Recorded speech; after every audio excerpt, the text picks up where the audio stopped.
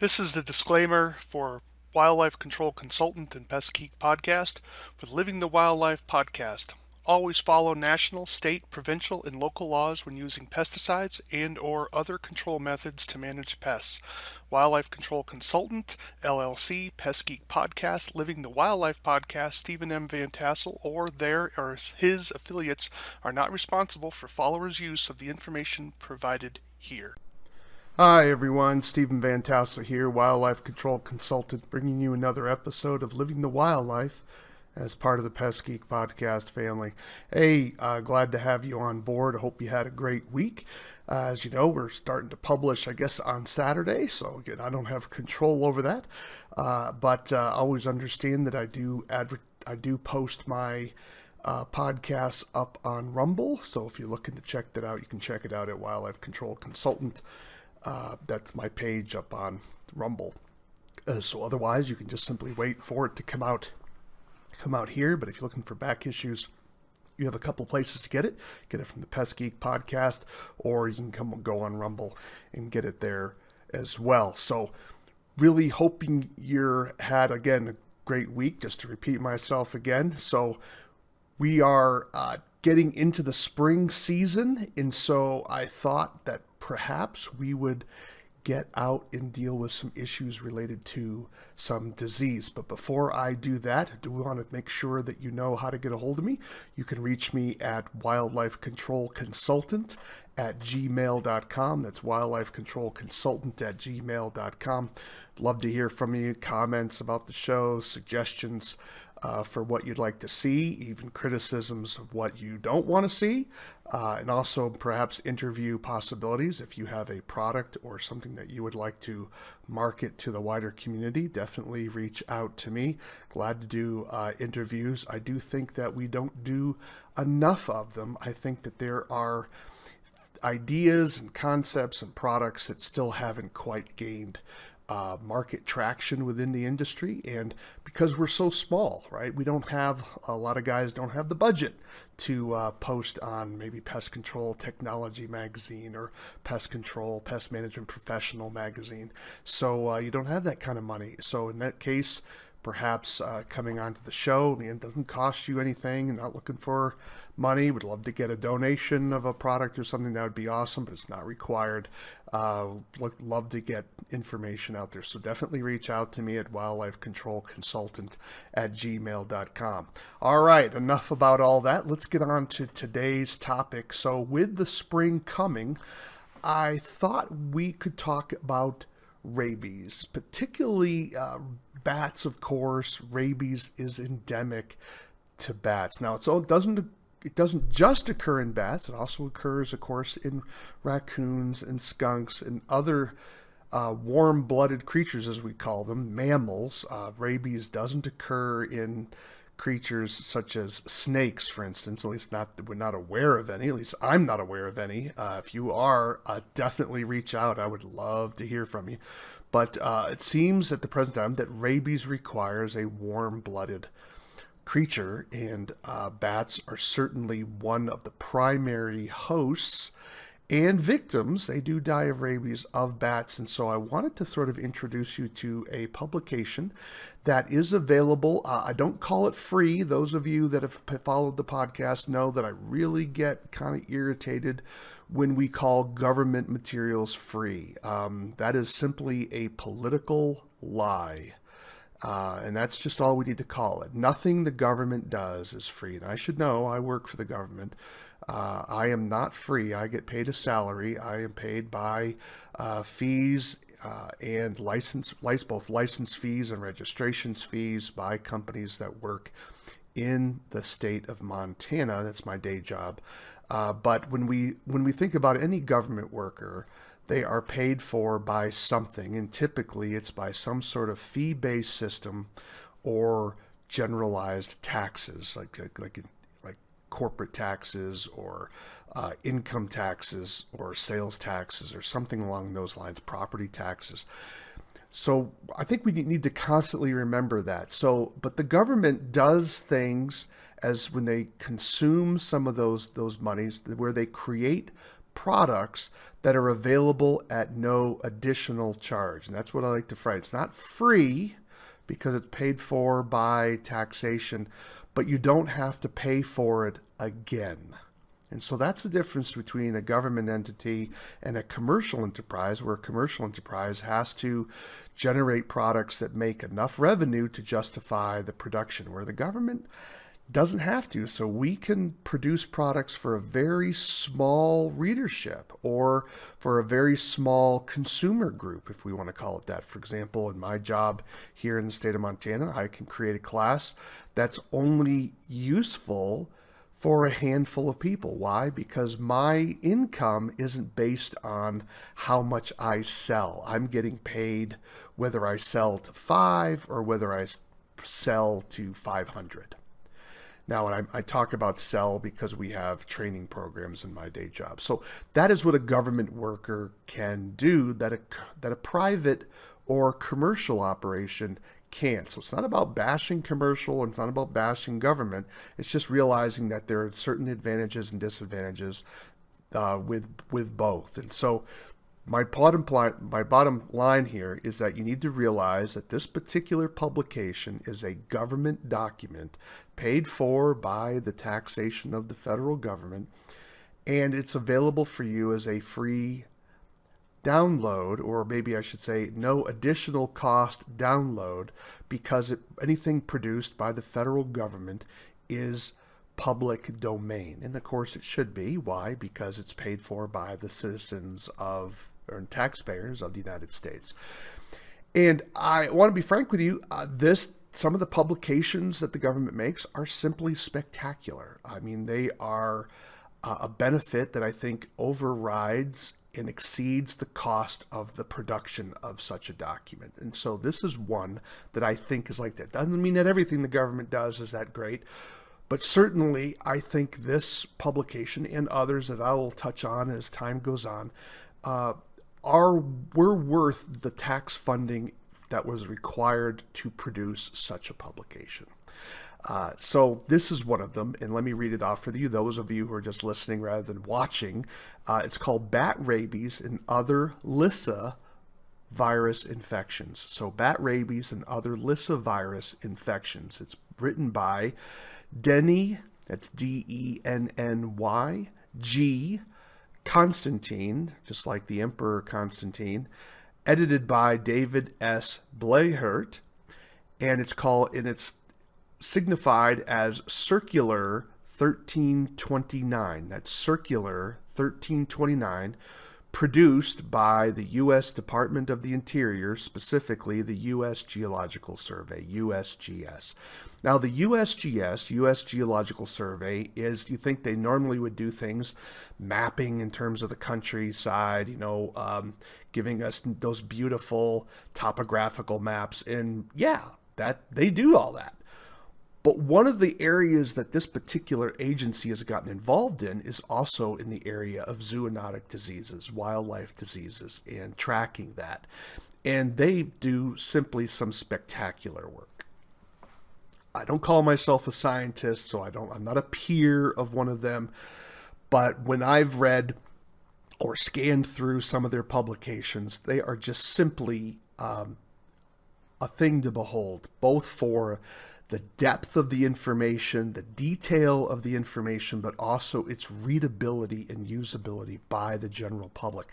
And that, frankly, is not easy to do. All right. The more technical something is, the harder it is to write it in a manner that can be consumed by the public, where you get a high level of expertise being distilled and reduced in language that the general population can understand and appreciate and apply to their lives, or to apply to the understanding of different concepts. And the publications that I've seen produced by the USGS,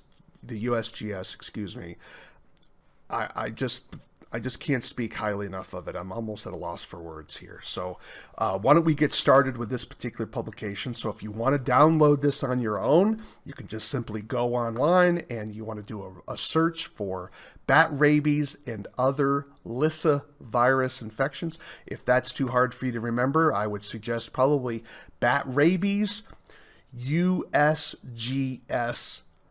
publication, or you could say bat rabies circular 1329, 1329, circular 1329, and I'm pretty confident it will come up. So why don't we get started here with getting into a little bit of the guts of this particular publication.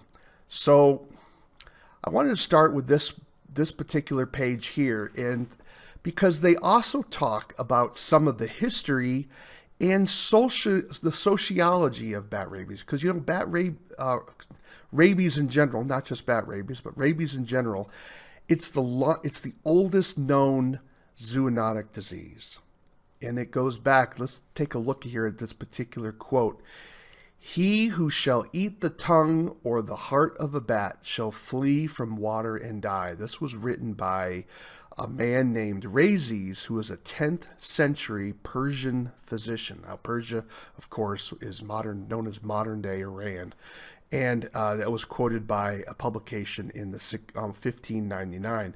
So think about that for a moment, that this physician realized that if you ate the heart of a bat or the tongue of a bat, you will be afraid of water. Now, those of you who remember the older name for rabies, hydrophobia, fear of water, it's because one of the late symptoms of rabies infection is that you lose the ability to swallow properly, and so therefore you're afraid of water because you're afraid you're going to drown. You're not going to be able to swallow it properly, and it will go into your lungs. And so that's where the hydrophobia. So ye shall flee from water. Well, you only run away from water if you're afraid of it. So it's a very interesting quote that they found. And another quote that they have here, this is from Graham Stoker, 1897, and it says, quote, "What shall I do? What can I do? How can I escape from this dreadful thing of night and gloom and fear?" So a lot of people, of course, have fear of bats. Of course, a lot of this fear can be quite irrational to a large degrees, particularly here in terms of North America, primarily the United States and North, of course. But they start this particular book noting some of the cultural and sociological issues here. So I wanted to, so let's get started a little bit more.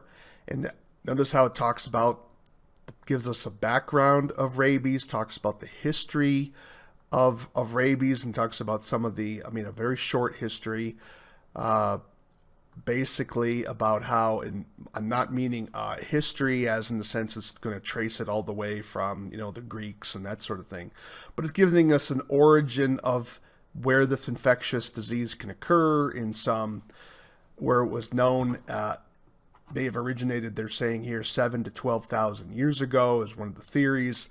And then it gets into details on the causative agent. So when we think about disease, you have the agent, that is the infectious disease itself. And then, of course, you have the reservoir. The reservoir is the organism that maintains that disease in the environment. And then you have the host. The host is the victim of the infection. So if I get bitten by a bat, I would be the host because I would be killed by rabies. The bat would be a host as well because the bat will die eventually from rabies. But there's also what's known as the vector, and that is how the disease is transmitted from perhaps the reservoir to me. So that's the vector. I like to think of the vector as sort of the bus. How do we get the disease from, how does the causative agent, that is the infection itself, get to me? And that's the vector. The vector is the bus that gets it to me. So we have the vector, we have the reservoir, we have the the disease itself or the causative agent, and then ultimately the host, which is the victim. Now, some of those things can play back and forth, but those 4 key terms are important for you to understand if you're starting to read into understanding disease literature and you're starting to read some of that disease literature. You need to know those 4 definitions, otherwise you might get a little lost. So the author here, Dr. Constantine, I'm assuming he's a PhD, starts talking about where some of the bats that have contracted rabies and how well the prophylaxis for humans. Now, prophylaxis is the rabies shots you can get prior to an exposure. It's sort of a vaccine used to help reduce your need for post-exposure vaccine. So the rabies shots, as we normally we get those after we're exposed, but there are also vaccines that we can get prior to our exposure, and those are called prophylaxis because they're to protect against. So he talks about how some of those in different parts of the world, how those prophylaxis drugs aren't very good at preventing the disease. And then he gets a little bit into the cultural issues, talks about vampires and werewolves and settlement of the Americas. And then he delves down into, this is where it gets a bit geeky for those of you that want to explore this. It talks about how rabies takes on different characteristics, and by that I mean sort of genotypes. It has different changes in its genetic structure depending on how it moves into different species. It's still rabies, but think of rabies as sort of a rainbow where it has different shades depending on what species that it's in, because it has to adapt a little bit to get infectious into those species. That's probably how I would explain it. But you can read this more. This is how one of the ways they're able to tell whether it is a raccoon strain or a skunk strain or a bat strain, and how it manifests itself in different ways. So it's sort of like a family tree. Then he delves into sort of geographical distribution, where do we find rabies in all the various areas. And here we have different, Australia and West Caucasian and Irkut and East European, the number of bat species reported infected in their various continents that they're in. And then he has some nice graphs. And this is where the USGS publications really shine. And that is, they have some wonderful, they're not an infographic per se because they're not that information dense, but they have some beautiful images and illustrations that help provide the information in a very accessible way. And here it shows how many species of bats, bats in this case, that have been found in that particular country. So here in the United States, as of the publication, this was published in 2006, as I understand it, they had 33 bat species that they had evidence of that contracted rabies. So out of, what do we have? Somewhere around, I think, in the 50s, 33 of those bat species have been confirmed to have had rabies, at least one example. And then it talks about other countries and how many bats have been tested positive in those countries.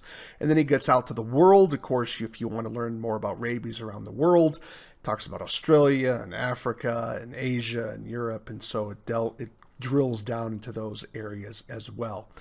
And then it talks about how the reporting of rabies has increased generally over time in the United States, starting from where data, I believe, was collected in 1955. I think 1955 was the first year we had a confirmed case of bat transmission of rabies to a human at that particular time. And so notice how that number just kept exploding up to the right with some dips, but it sort of looks like the trend of the stock market in many ways there. So there's some interesting things historically.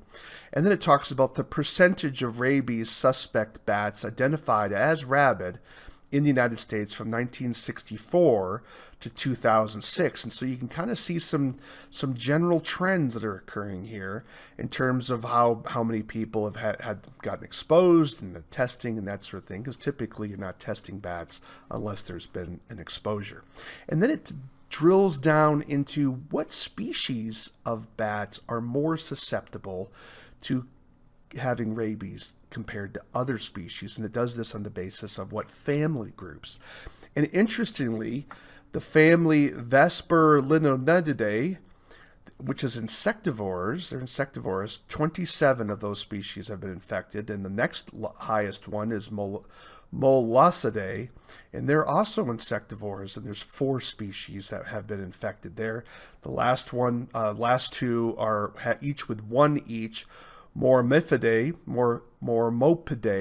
they're also insectivores, and the last one is Philostomidae, which is omnivorous, and there's only 1 that's been found infected there. Again, all data is of 2006, but I doubt the numbers are going to change dramatically. They might change in some small areas since that time, but nevertheless, there's still a lot of information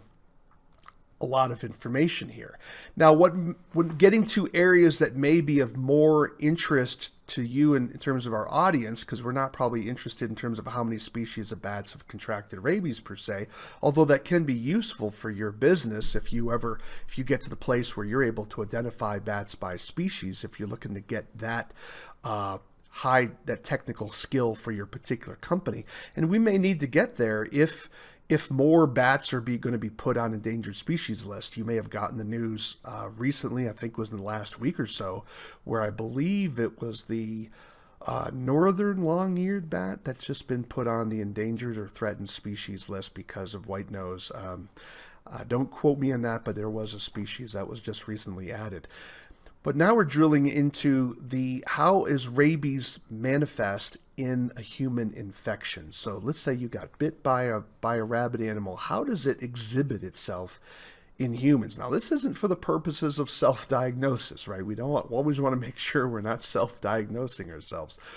But it's important, the more you understand about a disease, the better it helps you overcome fear, and you become more responsible and sensitive to information and data that's around you, because you have become more attuned to understanding the course of that particular disease. And it talks here in this particular box number 2, let me kind of blow that up for you for those who are trying to watch online. And it says rabies is characterized by a variable incubation period, usually from 1 to 3 months, but it can range from as short as 10 days to a year or more. And the disease, namely rabies, generally develops in 3 phases: prodromal, excitatory, and paralytic.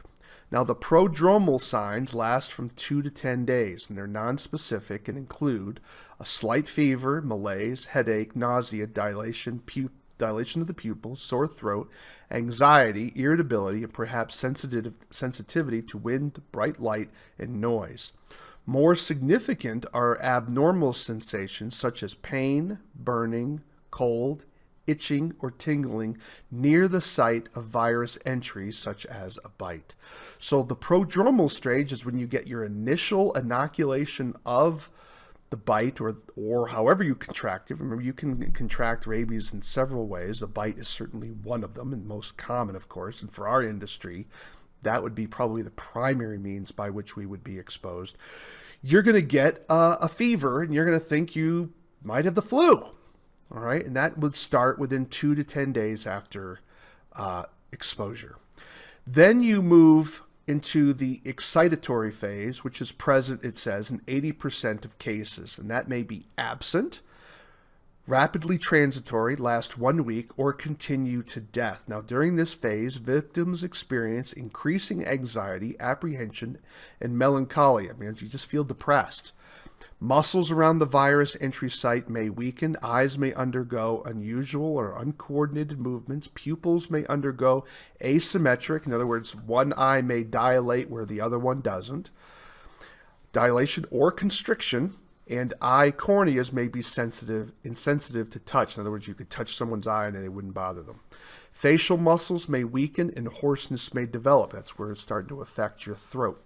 Other signs can be alterations in heart rate and intensity, respiratory rate and depth, urinary retention. In other words, you have trouble peeing, followed by overflow of incontinence, and you lose your ability to control your urine, and of course, constipation.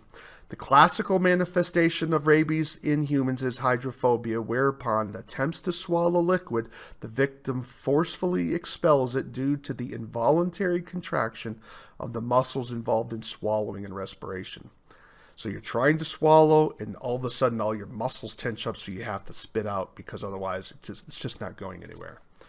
The convulsive attack may cause death through choking and failure to breathe. The victim may suddenly die from respiratory arrest, or death may be preceded by coma.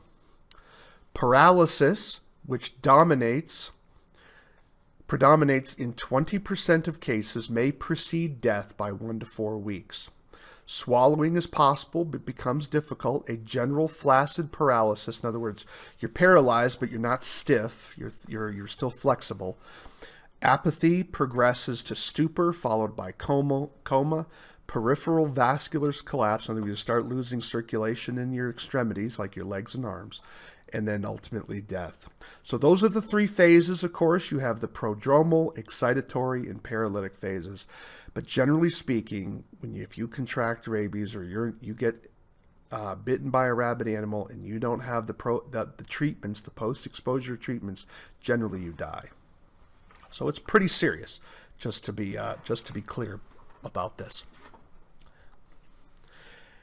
Now, you may have heard about the case where someone survived. Now, generally speaking, when we talk about rabies, it's pretty much death. However, there were some cases where people have survived. And here's case 1. This was a 6-year-old boy that was bitten on the left thumb by a rabid big brown bat on October 10th, 1970. Here were his symptoms as this little boy went through. Now, he did get, 4 days later, he got a course of rabies vaccine, but no anti-rabies serum was given. Recovery was complete 6 months after the onset of symptoms. So think about that. So notice what he had. Day 1, he had neck pain, developed 2 days following this vaccine series. 60 days after the victim was bitten by the bat. Day 5, high fever, appetite loss, vomiting, dizziness, but alert and cooperative. Day 11, pain in the head and limbs, became lethargic, writing and walking were difficult. Day 13, he had speech problems, he starts getting worse here. Day 15, he had coma, heart rhythm irregularities and seizures. Day 22, his coma ended and recovery began. So that's quite an event. Most of you have probably heard more about this particular case, which was a 15-year-old girl that was bitten by an unknown bat species in October of 2004 in Fond du Lac, Wisconsin.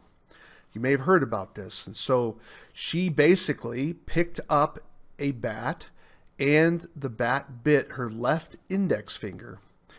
Nobody even thought about rabies, of course.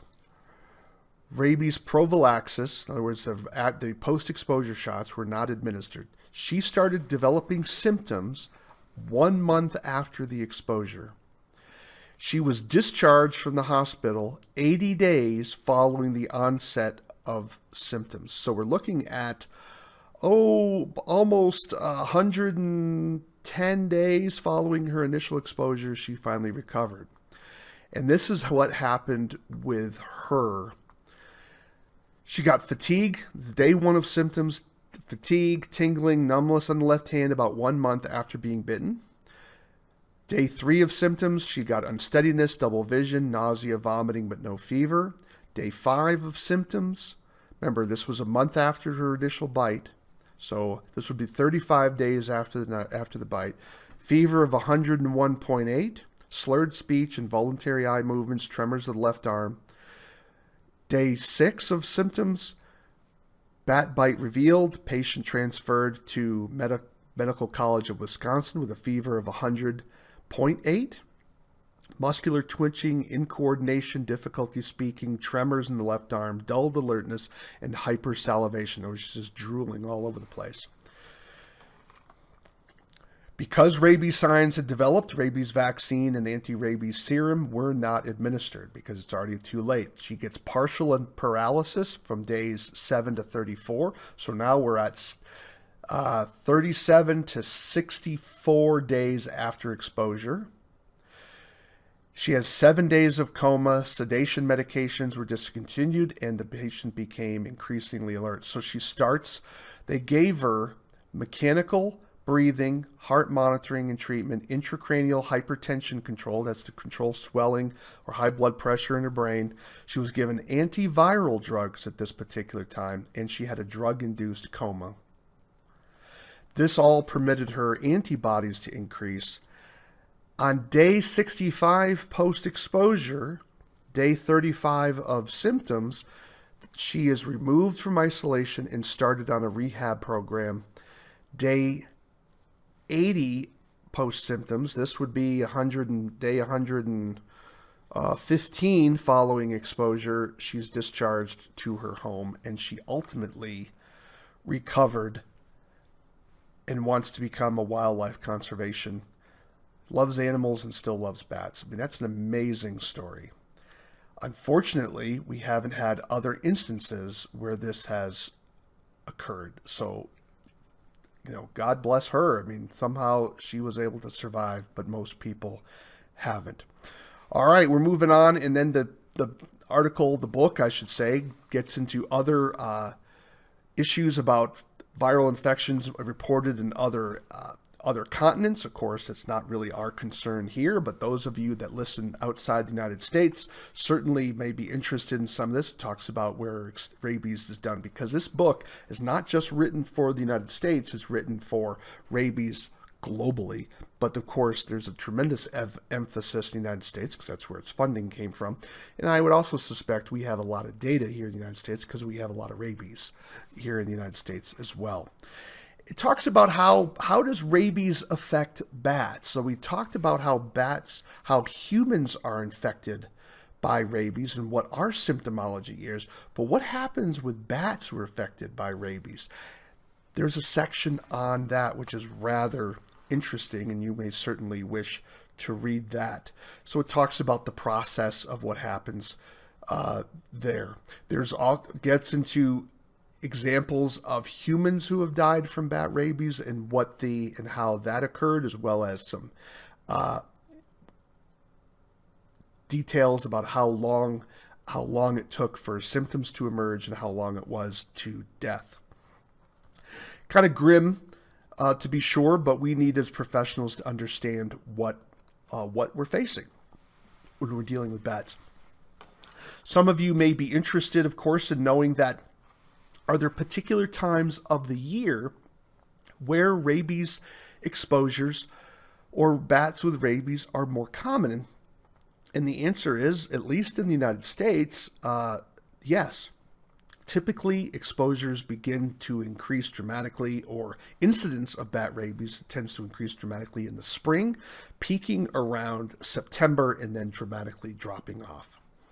So that can be helpful in terms of understanding, maybe teaching your caller service, you may be making sure that your callers know how to handle incidents with bats, and then just be prepared that certain months are going to be higher issue, and you may want to remind your calling staff or your workers that this can be a greater issue, to be sure.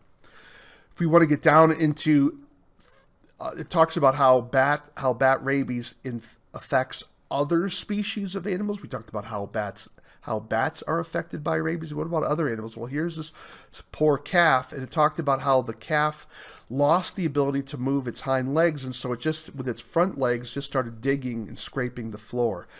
So for those of you in cattle country, that can be important for you to know. If you see a cow acting weird, that cow may have contracted rabies, because understand, any warm-blooded creature can contract rabies, and it's important to understand that. So always treat animals as potential disease vectors, and it's important, and it delves down into other animals as well. When we get onto other sections here, let me scroll down as we're running a bit long here, so let me get out here to this particular section. Of course, domestic cats are a significant problem when it comes to rabies, particularly here in the United States. And of course, that would be a problem elsewhere where you have rabies and free-range cats. Those of you that follow the CDC will certainly find ample evidence of how a lot of people, for some reason, just don't vaccinate their cats and still let them roam outdoors.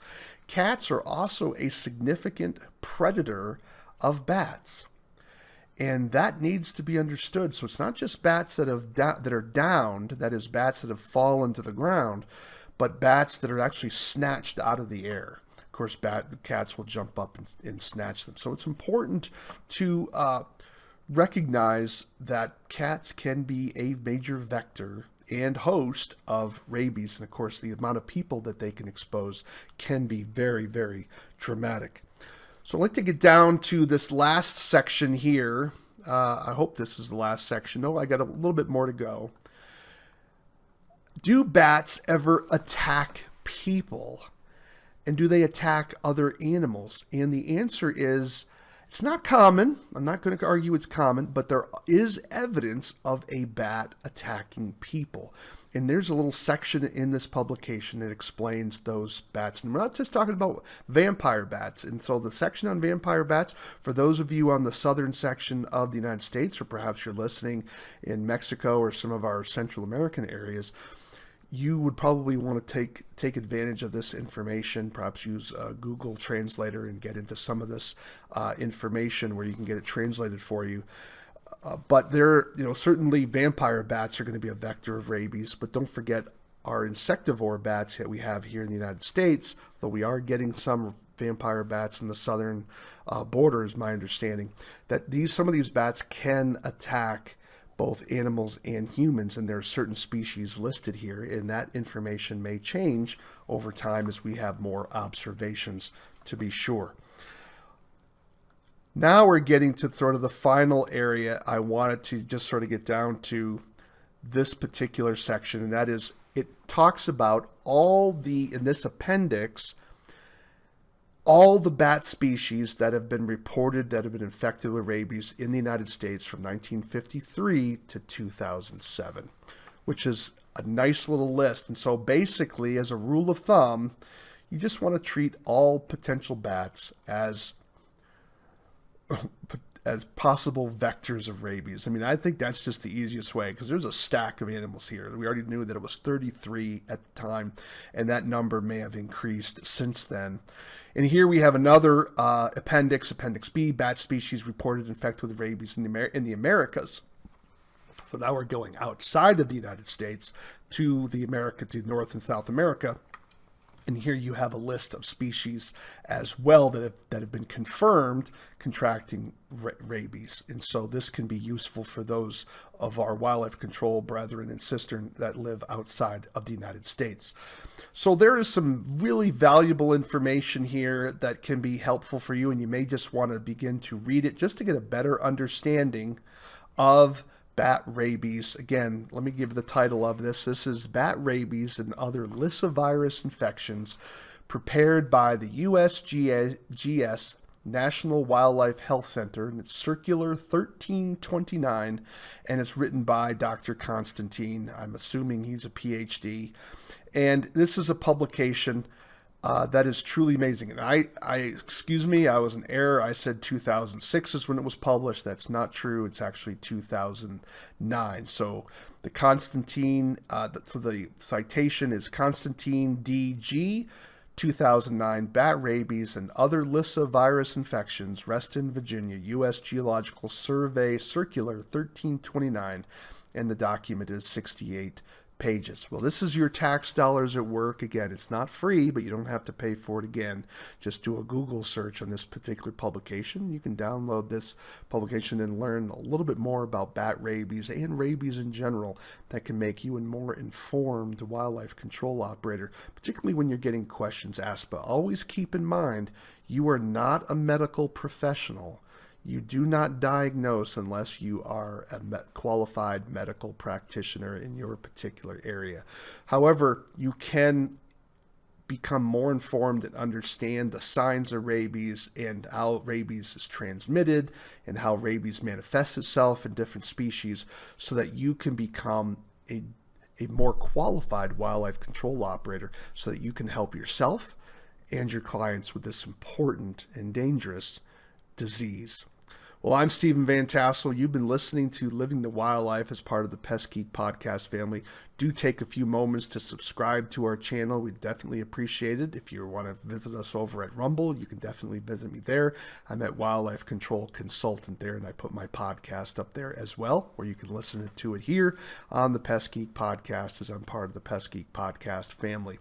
We'd love to get your input and comments. You can reach me at wildlifecontrolconsultant@gmail.com, wildlifecontrolconsultant@gmail.com. I would love to hear from you. If you have ideas for shows, definitely drop those along as well. And remember, this is Living the Wildlife.